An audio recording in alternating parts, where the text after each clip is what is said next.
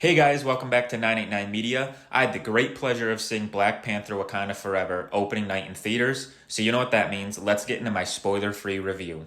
This long-awaited film serves as a direct follow-up to the original Black Panther movie, but as everyone knows by now, the world suffered a great loss with the passing of Chadwick Boseman.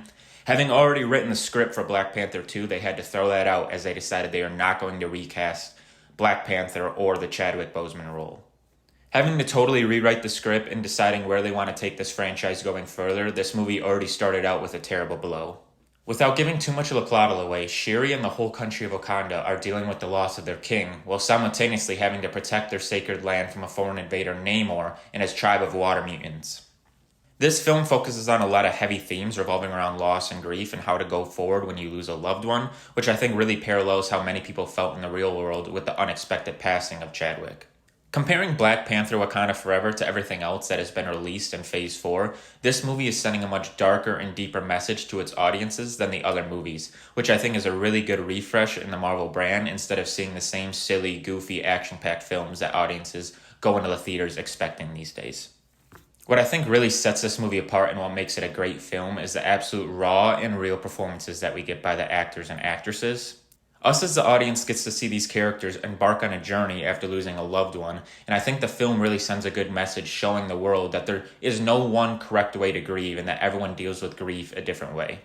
This film has been dealt so many blows, but I still think they did so many great things. First off would be the action sequences. I think these were so much better in this film than the first one. I feel like they contributed much better to the story, as well as feeling so much more real.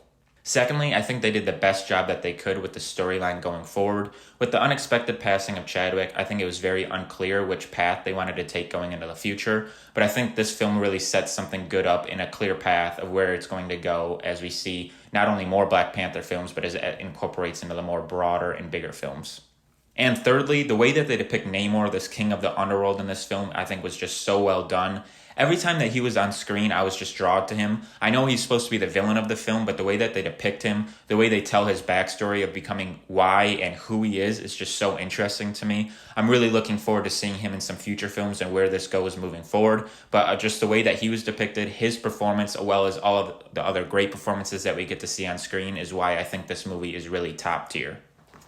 All in all, I would 100% advise you guys to go see this film in theaters. Go experience those huge action scenes on the big screen with the big sound, while also allowing yourself to go feel those raw emotions that the film is really trying to portray with the loss and grief. And I think it is just so well done. And I think you should really see it with other people in the theater versus just seeing it on Disney+. As always, thank you guys so much for the support. If you liked the video, make sure to give it a big thumbs up. Subscribe down below for all future movie reviews. Until I see you guys next time, peace out.